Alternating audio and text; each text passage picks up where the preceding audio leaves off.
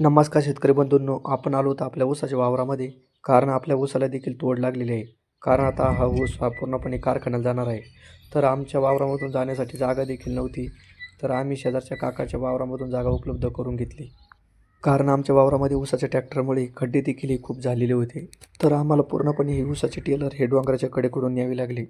काकांच्या वावरामधला रस्ता चांगला असल्यामुळे आम्हाला कुठल्या प्रकारे अडचण देखील आलेली नाही. कारण आमच्या वावरामध्ये खूप खड्डे असल्यामुळे टेलर हा सारखा गुततच होता. कारण त्यावेळी आम्हाला काकाने खूप सहकार्य केलं. तर काकांचा मी खूप आभारी आहे. तर प्रत्येक वेळी टेलर आम्हाला काकांच्या वावरामध्ये उभे करावे लागले.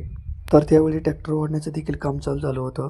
तरी ट्रॅक्टर हे वावरामध्ये गुततच होते. तर त्यावेळी मस्तपैकी या काकांचं वाडेभाराचं देखील काम चालू झालं होतं. तर त्यावेळी मला भूकसुद्धा खूप लागलेली होती. तर काका मला म्हटले, तू आता ऊस खाऊ नको, पहिले ही ऊसाची टिपरं घरी घेऊन जाय.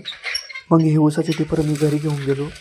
कारण मला आता पुढची खूप तयारी करायची होती. तेव्हा ऊसाची हे टिपरं मी सगळी खाली टाकून दिली, कारण मी खूप थकलेलो होतो. तरी काका काय ऐकत नव्हते. शेवटी माझं काम मी पूर्ण केलं आणि मला कारण संध्याकाळी लहान मुलांचा गॅदरिंगचा कार्यक्रम होता. त्या कार्यक्रमाला मला जायचं होतं.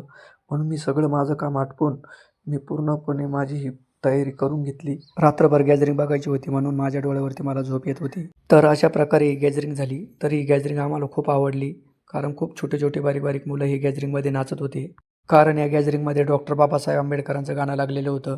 तर हे गाणं आम्हाला खूप आवडलं. तर आम्ही त्यांना रिक्वेस्ट देखील केली, की आम्हाला हे गाणं परत ऐकायचं आहे. तर त्यांनी ते गाणं देखील आम्हाला लावून दिलं. भालेराव मॅडमचा आणि शिक्षकांचा मी खूप आभारी आहे, की आम्ही त्यांना रिक्वेस्ट केली होती, की आम्हाला डॉक्टर बाबासाहेब आंबेडकरांचं गाणं ऐकायचं आहे.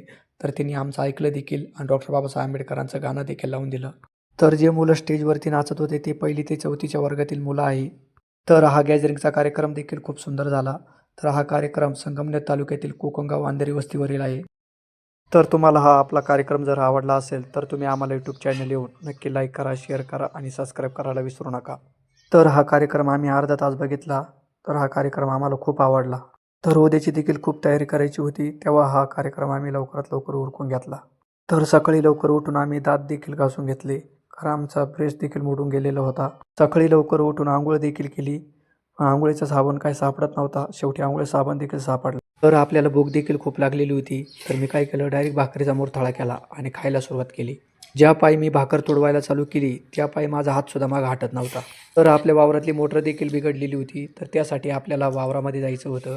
तर मी दारातून बाहेर आलो तेव्हा आमचे चुलते झाडाला पाणी देत होते. तेव्हा माझी मम्मी देखील खूप चिंतित होती. कारण आमच्या बोरची मोटर ही जळालेली होती. तेव्हा आम्ही थोरात काकांना बोलवून घेतलं आणि बोरची मोटर नीट करून घेतली.